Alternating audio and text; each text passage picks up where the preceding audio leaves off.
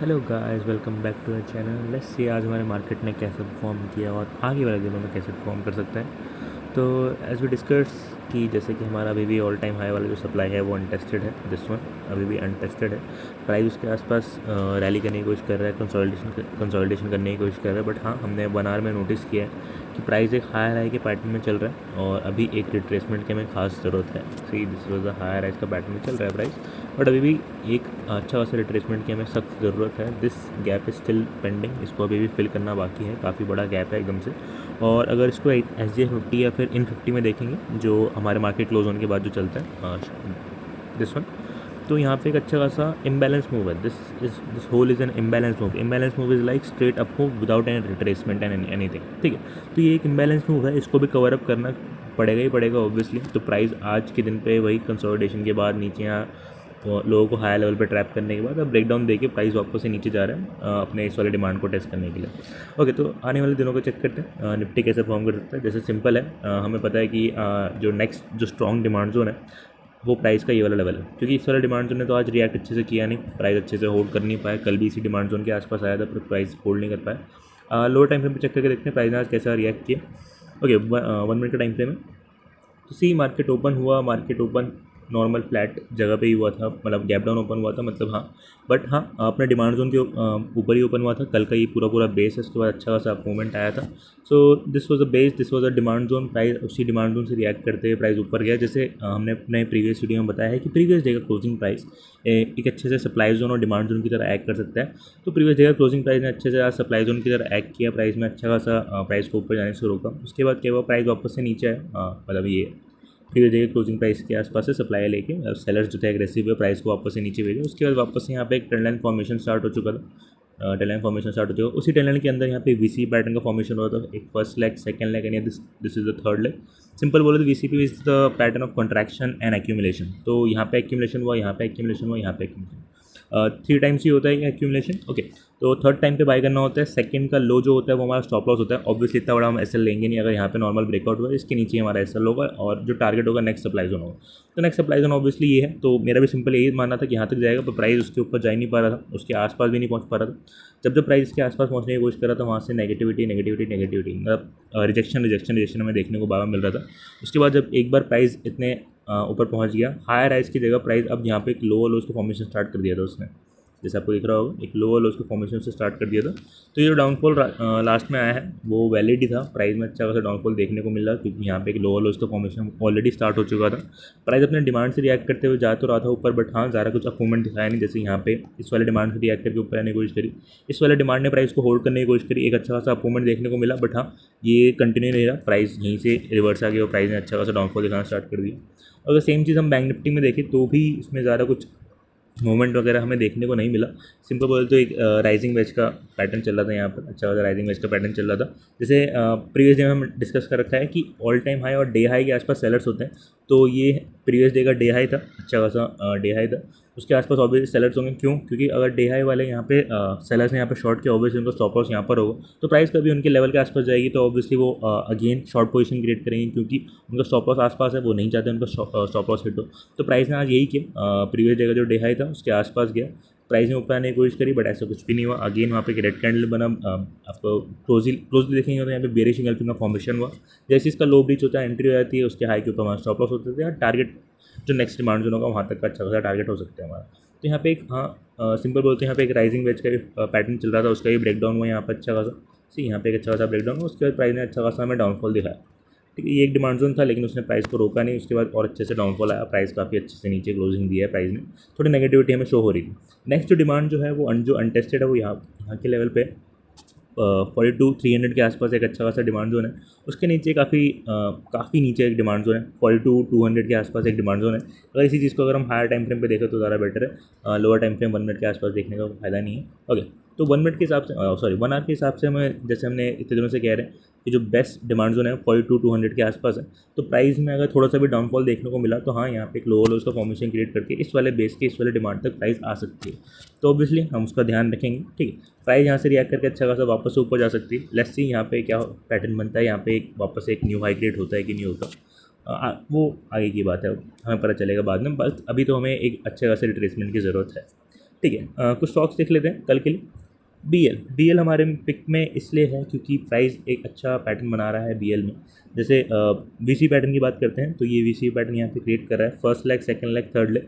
तो इस यहाँ पे एक अच्छा खासा एक्यूमुलेशन हो रहा है, बायर्स एक्यूमुलेट हो रहे हैं यहाँ पे। प्राइस में अच्छी खासी रैली आ सकती है यहाँ पे, अच्छा खासा ब्रेकआउट ऑल टाइम हाई पे हमें देखने को मिल सकता है, प्राइस काफ़ी अच्छे से रैली कर सकती है। दिस वॉज द बेस जिसने एक अच्छा खासा मूवमेंट दिखाया था। प्राइस इसी वाले डिमांड जोन के बेस को प्राइस रिएक्ट करते हुए प्राइस ऊपर जाने की कोशिश कर रही है। अगर इसी चीज़ को अगर हम 1 आवर के टाइम फ्रेम पे देखें तो यू विल सी कि प्राइस एक अच्छा खासा हाई राइज का फॉर्मेशन कर रही है। See this was a low high low high low high and low and again this will make a new high. So यहाँ पे एक हाई राइज का फॉर्मेशन अच्छे से चल रहा है, हर एक बेस को रिस्पेक्ट करते हुए प्राइस एक न्यू हाई क्रिएट करने की कोशिश कर रही है। तो हाँ, कल भी एक अच्छा खासा हमें मूवमेंट देखने को मिल सकता है, फिर मंडे को हमें अच्छा खासा मूवमेंट देखने को मिल सकता है। इसको अपने वॉच लिस्ट में ट्रैक करते रहिए क्योंकि अच्छा खासा मूवमेंट इसमें देखने को मिल सकता है। सिंपली अगर प्राइस एक्शन की बात करते हैं, हाँ यहाँ पे डब्ल्यू पैटर्न का ब्रेकआउट भी हुआ है तो प्राइस अच्छा खासा रैली दिखा सकता है। ओके, नेक्स्ट है टाटा कंज्यूमर। टाटा कंज्यूमर को सबसे पहले तो हम वीकली चार्ट में देखेंगे, काफ़ी हायर टाइम फ्रेम में देखना है, यस।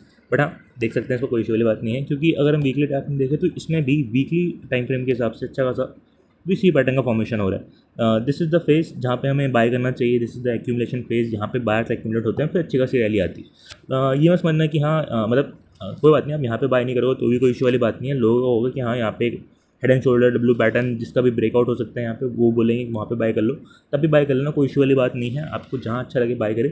बट हाँ, सिंपल बोले तो इस वाले बेस को रिस्पेक्ट करते हुए यहाँ पे बेस बना के वापस से ऊपर गया, अगेन इस वाले बेस को रिस्पेक्ट करते हुए प्राइस यहाँ से ऊपर आने की कोशिश कर रहा है। तो अगर हम सिंपली देखा जाए तो इतने दिनों का कंसोलिडेशन का यहाँ पे ब्रेकआउट दिया है, प्राइस अच्छी खासी और रैली कर सकती है यहाँ पे, कोई इशू वाली बात है नहीं, प्राइस अगेन एक न्यू हाई क्रिएट कर सकती है।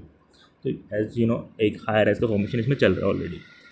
ओके, नेक्स्ट है इंडियन होटल। इंडियन होटल को क्यों पिक किया है, क्योंकि ये अपने डिमांड जोन पर है, प्राइस यहाँ पे काफ़ी दिनों से कंसोलिडेट कर रही है, हैमर कैंडल का पैटर्न कर रही है, क्रिएट कर रही है और प्राइस यहाँ से ऊपर जाने की कोशिश कर रही है। और इसी चीज़ को लोअर टाइम फ्रेम पे देखें तो यहाँ पे प्राइस हाँ, तो प्राइस इसी वाले बेस से जैसे कि हमने पहले भी डिस्कस किया है इंडियन होटल को, दिस वॉज द बेस, जो सेलर्स का बेस था, प्राइस उसी वाले बेस से वापस से आया यहाँ पे, वापस से सेम पैटर्न एक तरीके से कंसोलिडेशन के बाद सेलर्स एग्रेसिव प्राइस को वापस नीचे लेगी। बट अगेन जैसे ये सेलर्स का बेस था, ये बायर्स का बेस है, प्राइस अपने डिमांड जोन के आसपास से प्राइस वापस से रिएक्ट करके प्राइस ऊपर जाने की कोशिश कर रही है। तो हाँ, यहाँ पे भी प्राइस ऊपर जा सकती है, जैसे हमने डिस्कस किया है, this is an imbalance move, price को कवर अप करने की कोशिश बिल्कुल करेगी। तो प्राइस यहाँ से यहाँ तक का एक अच्छा खासा अप मूवमेंट हमें दिखा सकती है, तो इसी चीज़ को हम इंटरडे में ट्रैक कर सकते हैं ईजिली। ओके, नेक्स्ट स्टॉक है आरबीएल बैंक। आरबीएल बैंक को भी हमने इसलिए चूज़ किया है क्योंकि ये भी एक अच्छा खासा आउट परफॉर्मर है। जैसे आज काफ़ी सारे स्टॉक रेड में क्लोज हुए हैं, बट हाँ कुछ कुछ स्टॉक्स हैं जो आउट परफॉर्म करने की कोशिश कर रहे हैं। अगर सिंपली यहाँ पे देखा जाए तो ये भी एक हायर राइज का फॉर्मेशन कर रहा है। इसको अगर लोअर टाइम फ्रेम 1 आवर के टाइम फ्रेम पे देखेंगे तो ज़्यादा बेटर है। क्यों? क्योंकि सिंपली अगर देखा जाए बेस को रिस्पेक्ट एक न्यू हाई, अगेन यहाँ पे एक बेस को रिस्पेक्ट एक न्यू हाई, अगेन यहाँ पे प्राइस एक सिंपली बोले तो छोटे से डिमांड जोन को रिस्पेक्ट करके एक न्यू हाई क्रिएट करने की कोशिश कर रहा है। हाँ, कल हमें एक यहाँ पे एक न्यू हाई क्रिएट करते न्यू हाई देखने को मिल सकता है आराम से आरबीएल बैंक में। इसको अपने वॉच लिस्ट में रखिएगा, उसको ट्रैक करते रहिएगा, प्राइस काफ़ी अच्छे से अप मूवमेंट दिखाने की कोशिश कर रहा है। ओके, नेक्स्ट है टोरेंट फार्मा। टोरेंट फार्मा को क्यों लिया है, इसको भी सेम रीजंस है। अगर उसको वैसे डेली टाइम फ्रेम पे दिखाया तो काफ़ी बुलिश स्टॉक है। सिंपली बोले तो अपने बेस को रिस्पेक्ट करते हुए प्राइस ऊपर जाता रहता है, बेस को रिस्पेक्ट करते हुए प्राइस ऊपर जाता रहता है। तो सिंपली हमने यही करना है, प्राइस अपने इस वाले बेस के रीटेस्ट पे आया है, प्राइस अपने डिमांड जोन पर आया है, वहाँ से अच्छा खासा रिएक्शन दिखाने की कोशिश कर रहा है। तो हाँ, प्राइस में अगर थोड़ा बहुत रिट्रेसमेंट आया तो फिर अगर हायर लेवल पे हमें बाय करने को मिला तो भी हम बाय कर सकते हैं। नेक्स्ट जो हमारा टारगेट होगा वो ये वाला लेवल हो सकता है। 1 आवर का चार्ट है, प्लीज़ आप एक बार अपने चार्ट या सेटअप या फिर डेस्कटॉप पे एनालिस कर लीजिएगा। ओके, नेक्स्ट और सेकंड लास्ट स्टॉक है पावर ग्रिड। पावर ग्रिड को क्यों, सॉरी एसबीआई लाइफ को नहीं, पावर ग्रिड को एनालाइज करने पहले। ओके, पावर ग्रिड का भी रीज़न सेम ही है हमारा। क्यों? क्योंकि सिंपली देखा जाए तो दिस वो द सेलर्स का बेस, और इस वाले सेलर्स का बेस का ये सेलिंग सप्लाई जोन था। प्राइस वहाँ पे आई, वहाँ पे रिएक्शन किया, प्राइस ने अच्छा खासा डाउनफॉल दिखाया वहाँ से।